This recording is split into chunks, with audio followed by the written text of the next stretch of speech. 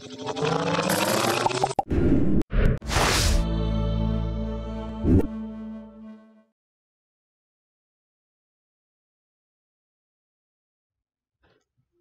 à tous, je suis Éric Hamelin et je vais vous parler de l'outil de cartographie participative de concertation développé pour concerter sur l'aménagement des villes et des territoires par mon bureau d'études Repérage Urbain.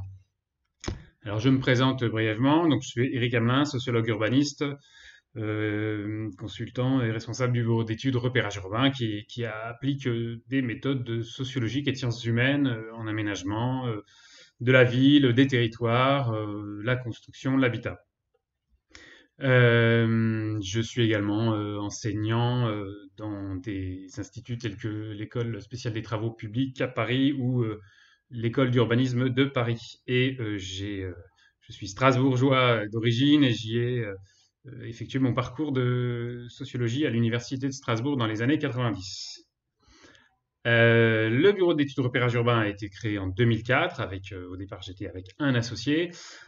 On a travaillé pour tout un tas de clients essentiellement publics et parapublics, des collectivités locales, des bailleurs sociaux et également des sociétés publiques locales, comme des sociétés d'aménagement, ou des SPLA ou des SEM.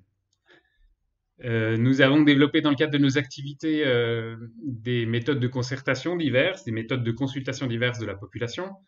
Et pour cet usage, nous avons développé également des outils numériques, parmi lesquels je vais vous parler aujourd'hui d'un outil qui est un outil cartographique qui s'appelle désormais Debatomap, mais qui s'appelait au départ Carticipe quand il a été créé en 2012 dans sa première version, qui s'appelle désormais Debatomap, qui a été déployé dans plus de 35 projets, et puis même désormais on est à plus de 40 expérimentations de concertation à durée déterminée avec cet outil cartographique, appliqué principalement à la planification urbaine, aux plans locaux d'urbanisme, mais aussi à des projets urbains divers, j'y reviendrai certainement.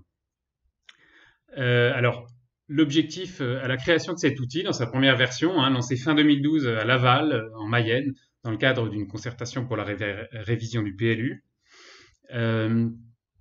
eh bien, l'objectif était d'élargir et de faciliter le débat avec les citoyens et entre citoyens sur un sujet assez pointu qui était la planification urbaine, c'est-à-dire la création du droit des sols dans les projets d'urbanisme, qui est une problématique un petit peu complexe pour le citoyen. Notre parti pris, ça a été de plutôt chercher comment faire en sorte que les citoyens puissent s'exprimer de façon simple sur leur cadre de vie, et en recherchant l'idée d'un outil ergonomique qui soit d'une certaine simplicité par des aspects visuels, ludiques, en utilisant des thèmes, des couleurs, des pictogrammes, des outils de navigation inspirés des réseaux sociaux et des cartographies interactives. Et avec l'idée que les citoyens puissent s'exprimer librement de façon à élaborer un diagnostic participatif de leur territoire, de leur ville. Cet outil donc de cartographie prend à peu près l'allure que vous voyez sur cette capture d'écran, avec plusieurs outils d'expression libre et d'incitation à être constructif. On propose aux citoyens de choisir un pictogramme sur des thématiques qui sont déclinées, vous le voyez ici, en plusieurs sous-thématiques, c'est-à-dire sous forme de pictogrammes, et on oriente comme ça l'expression du citoyen qui va glisser un petit pictogramme sur la carte et va être incité à s'exprimer sur des sujets assez concrets. Et avec l'idée aussi de s'exprimer avec des formulations positives, c'est-à-dire qu'on leur demande ces pictogrammes et ces petites vignettes qui vont poser sur la carte sont appelées des idées ou des propositions ou des suggestions. Donc on propose aux citoyens d'exprimer des propositions concrètes en somme. Alors sur cet outil numérique de participation, on y a intégré dès le début les fonctions de commentaires et de vote pour ou contre, de façon à ce que les citoyens soient invités à débattre entre eux, et dans l'idée de pouvoir repérer des convergences et des divergences de points de vue qui pouvaient enrichir ensuite le diagnostic public dans le cadre d'un projet de territoire. Il s'agissait aussi de filtrer par cette manière un certain nombre de lobbies autoproclamés qu'on peut rencontrer dans le cadre de concertation sur des projets urbains, où des gens vont aller faire une pétition et dire mais nous, notre projet, votre projet, on est contre. Là, dans cet outil, on a la possibilité voilà, de au moins constater s'il y a du pour et du contre dans certaines prises de position des citoyens. Et puis avec l'idée de proposer une idée plutôt que de juste se positionner toujours à la dernière minute voilà, en opposition éventuellement à un projet. Euh, Dans l'outil, on a également intégré dès le départ des concepts qui visaient à stimuler la participation, avec notamment un effet visuel de proportionnalité des votes, c'est-à-dire que vous le voyez sur cette capture d'écran, on a des petites bulles donc, qui représentent les idées, les pictogrammes déposés par les citoyens, l'un après l'autre, et l'accumulation des votes produit un effet de rond proportionnel. Et vous voyez ici, par exemple, une bulle qui remporte un solde de votes pour et contre qui est de 164. Elle va s'afficher, elle va devenir de plus en plus grosse proportionnellement par rapport aux autres petites bulles sur la carte, avec un algorithme dont je vous passe le détail de maximum, minimum, de façon à ce qu'on n'ait pas une bulle qui, comme dans une cartographie géographique, envahirait toute la surface de notre page web. Là, dans cette idée, on a aussi, dans cette idée de stimuler la participation, on a pensé dès le départ qu'on pouvait, dans un outil comme ça, proposer 3 niveaux d'engagement. Les 3 niveaux d'engagement du citoyen, c'est-à-dire que selon sa motivation à participer de façon plus ou moins construite. Sur notre outil, il peut donc soit être un participant, on va dire, contributif, actif, en proposant une idée, en la posant sur la carte, mais il peut aussi être un contributeur voilà, qui va affiner, préciser des idées en rajoutant simplement des commentaires, ou encore à un niveau encore plus léger qui va consister à regarder, une fois qu'il y a un certain nombre de citoyens qui ont déposé des idées, qui va consister à simplement aller voter pour ou contre les idées qui nous paraissent, essayer de repérer les idées qui nous paraissent les plus intéressantes, les plus valables, postées par d'autres citoyens, et donc par effet d'accumulation, on va pouvoir nous, après, repérer peut-être les idées qui font le plus objet de convergence de vues et de points de vue, et les sujets qui vont faire objet de plus de convergence de vues et de points de vue. Alors une des idées aussi qu'on a assez rapidement développée, pas tout au début, mais assez vite, c'était l'idée qu'il fallait faciliter la connexion pour que les gens participent plus facilement. Donc on a développé des outils qui nous paraissent absolument indispensables aujourd'hui pour tout site de participation citoyenne, de connexion avec interaction avec les réseaux sociaux. Donc on peut se connecter à cette carte participative avec des comptes Facebook, des comptes Google Gmail ou des comptes Twitter par exemple. La connexion étant tout de même indispensable dans la mesure où on demande aux gens quand même de s'engager dans leur expression, de proposer de s'exprimer par des votes. Pour la sincérité, on va dire, de leur implication, on demande une inscription. On n'est pas sur des systèmes avec juste des cookies et éventuellement repérage d'IP qui essaierait de réguler le fait que les gens ne votent pas plusieurs fois. Je vous explique techniquement vite fait pourquoi. Nous, on a testé beaucoup de sites. Tout ce qui était en vote direct sans inscription était hyper facile à bidonner. Moi-même, étant pas l'informaticien principal dans notre équipe, j'arrivais à bidonner des sites de vote comme ça, de budget participatif, qui n'avaient pas de préinscription préalable. On a fait des tests là-dessus et c'est tout à fait incontournable. Il faut qu'il y ait une inscription, soit par courriel, donc ici par courriel, soit par compte Facebook, Google ou Twitter, avant de s'exprimer en vote, en proposition d'idées sous forme de pictogramme ou en commentaire. Alors, un outil numérique, je tiens quand même à dire, parce que là, je vous ai expliqué un peu les principes de base de notre outil. Un outil numérique ne suffit pas à stimuler la participation en soi. Nous, ça fait maintenant quand même plusieurs années qu'on en fait l'expérience. Il doit s'accompagner, et on s'en doutait dès le départ. Dès le départ, on avait pensé qu'il devait s'accompagner d'une méthodologie et d'une stratégie. Et qu'il était nécessaire d'avoir une réflexion stratégique sur les moyens à mettre en œuvre pour montrer déjà comment on peut utiliser cet outil, pour mettre en place des moyens de mobilisation du public, pour faire connaître l'existence de cet outil. Par exemple, si vous faites une concertation plan local d'urbanisme et que vous en faites juste part aux citoyens dans un exemplaire du journal municipal et éventuellement sur votre site internet municipal ou intercommunal, ça va être largement insuffisant pour mobiliser le public. Il faudra beaucoup d'autres moyens et alors nous, on a plusieurs moyens, y compris en ligne, en faisant de la publicité ciblée sur les réseaux sociaux pour alerter, intéresser le public, attirer des gens. Il est important de chercher à avoir une mobilisation relativement large pour avoir une forme de représentativité ou du moins de diversité des publics dans le cadre d'une concertation. Il est important de faire savoir aussi pour nous, pour assurer le droit à l'expression de chacun. Alors après, il est important aussi, une fois qu'on a réussi à collecter un nombre d'idées, d'avis, de contributions, de votes, etc. suffisant des citoyens, il faut être en mesure aussi, il faut le penser dès le départ, en mesure de mettre en face les moyens de synthèse et de restitution de toute cette participation, toute cette contribution citoyenne à la sortie. Et il faut également être capable de démontrer les impacts de cette concertation sur les projets, sur éventuellement l'inflexion de la réflexion dans certains projets, sans quoi vous allez décrédibiliser votre démarche et la fois d'après, votre population locale aura plus de mal à vous suivre. Voilà, notre objectif général, notre réflexion stratégique, en général, on met ça sous l'intitulé de la recherche d'une efficience d'une démarche de participation. Pour ça, pour nous, dans la pratique de cette cartographie participative, il y a 3 dimensions indispensables que je vais vous résumer sous cette petite forme graphique. C'est d'abord, nous, dans le cadre d'une concertation publique, avec cette cartographie, on demande et on impose même assez systématiquement de mettre en place ce qu'on appelle nous une démarche phygitale.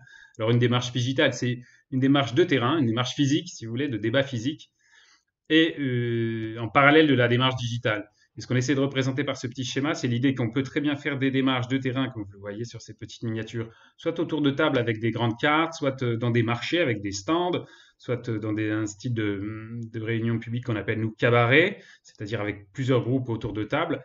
Et on va faire travailler les gens de sorte qu'ils vont produire des idées, des réflexions sur leur territoire qu'on va reporter en fin de réunion ou de rencontre publique en plein air, qu'on va reporter aussi sur notre carte numérique, ce qui va venir polliniser et enrichir le débat qui éventuellement se tient en même temps en ligne avec des internautes qui participent de leur côté et qui va venir enrichir. Et lors des réunions publiques suivantes, on va également projeter et présenter des synthèses brèves, un petit peu rapides, de ce qui s'est débattu en ligne entre-temps. Voilà, c'est l'idée que du coup, on va varier aussi comme ça les types de publics, on va donner aussi la possibilité de loisir à tous de s'exprimer sous différentes formes. On va aussi assurer un contact direct avec un public qu'on n'arrivera jamais à toucher par les publicités, les concertations en ligne qui ne seront pas forcément à même de se connecter. C'est pour ça que nous, on fait souvent aussi des démarches sur les marchés. On se met dans un stand sur un marché avec des grandes cartes, avec des petits post-it qui représentent un peu nos pictogrammes. Et on propose aux gens de s'exprimer directement. On va aller chercher les gens vraiment au pied des commerces. Et on va reporter tout ça sur notre carte numérique. L'autre aspect qui est indispensable pour que tout ça fonctionne, c'est de penser à un écosystème de communication. J'en ai un petit peu parlé juste avant. Il ne faut pas se contenter du site institutionnel et du site et de la carte numérique de participation. Il faut penser vraiment tout un système de façon à toucher le public le plus large et ne rêvons pas, on parle quand même d'urbanisme et de choses qui vont intéresser du monde, mais sans aller chercher les gens, on n'aura pas des milliers et des centaines de personnes. Alors sachez que nous, dans beaucoup de cas, on a mis en place cet fameux écosystème de communication, c'est-à-dire qu'on essaie d'avoir le plus de relais possible, des sites institutionnels, de l'affichage et des événements organisés avec les collectivités, voire même du tractage, des communiqués de presse, c'est très important, ça coûte pas très cher et ça rapporte beaucoup plus de public intéressé par notre concertation que les articles dans les journaux municipaux ou intercommunaux en général. Jusque-là, ça a relativement plus d'impact. Et puis, les réseaux sociaux qu'on utilise aussi à loisir en mettant en place désormais des publicités sponsorisées, des publications sponsorisées, si vous voulez, pour intéresser le public à notre démarche. Et enfin, j'en ai un petit peu parlé, tout ça n'a aucun sens et aucun intérêt si, lorsque, avec nos démarches, on finit par avoir quand même des centaines, voire des milliers dans les territoires les plus grands, des milliers d'idées, d'avis, de commentaires, de votes, parfois des dizaines de milliers de votes quand il y a des centaines ou des milliers d'idées. Et de tout ça, il faut s'engager à en tirer quelque chose de sérieux. Et c'est pour ça que nous, avec notre profil de sociologue, les sociologues aussi, statisticiens, analystes, on fait de l'analyse sémantique, on fait de l'analyse statistique, on fait de l'analyse cartographique, on analyse les contenus, les textes, on regarde vraiment dans toutes les dimensions un petit peu ce qui ressort de ces contenus qui peuvent être extrêmement riches dans certains cas. Comme je vous le dis, parfois ça se compte en centaines, en milliers d'idées.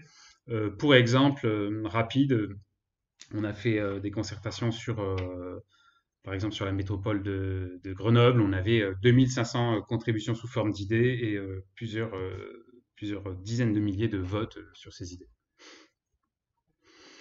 Oui, un petit zoom encore sur nos démarches digitales pour vous voyez comment on essaye de proposer différents outils qui peuvent renvoyer vers l'outil numérique et que les deux puissent fonctionner ensemble. On pratique aussi parfois voilà, les versions portables. Évidemment, notre cartographie est aussi optimisée en design responsif, c'est-à-dire qu'il s'optimise un petit peu pour les téléphones mobiles. Voilà, un petit zoom sur la stratégie ciblée et petit zoom sur le bilan analytique pour finir.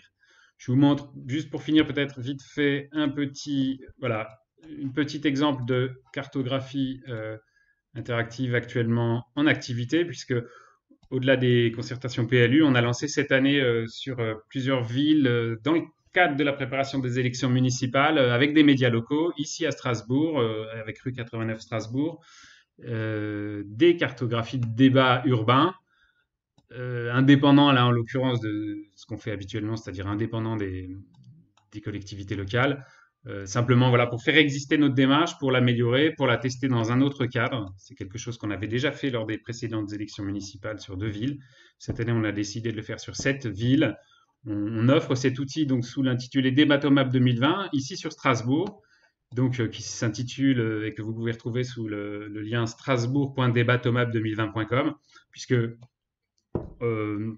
sous l'effet des événements actuels, notre démarche est prolongée en attendant l'arrivée d'un deuxième tour éventuel des élections municipales. Donc vous pouvez toujours aller consulter et contribuer à cette carte sur Strasbourg pour les gens du Grand Est qui sont vers Strasbourg, et vous verrez là que on a fait mener cette démarche depuis début janvier et qu'on a ici accumulé plusieurs centaines d'idées des citoyens qui ont d'ailleurs, je crois, inspiré déjà certains candidats aux élections municipales de Strasbourg, et avec un débat, avec des propositions posées par des citoyens, des votes, tout un tas de choses qui vous intéresseront pour ceux qui sont près de Strasbourg, et puis même si vous êtes ailleurs dans le Grand Est, vous pourrez aller regarder ça de près. Voilà, et je me tiendrai à disposition pour répondre à des questions, et une bonne journée à tous.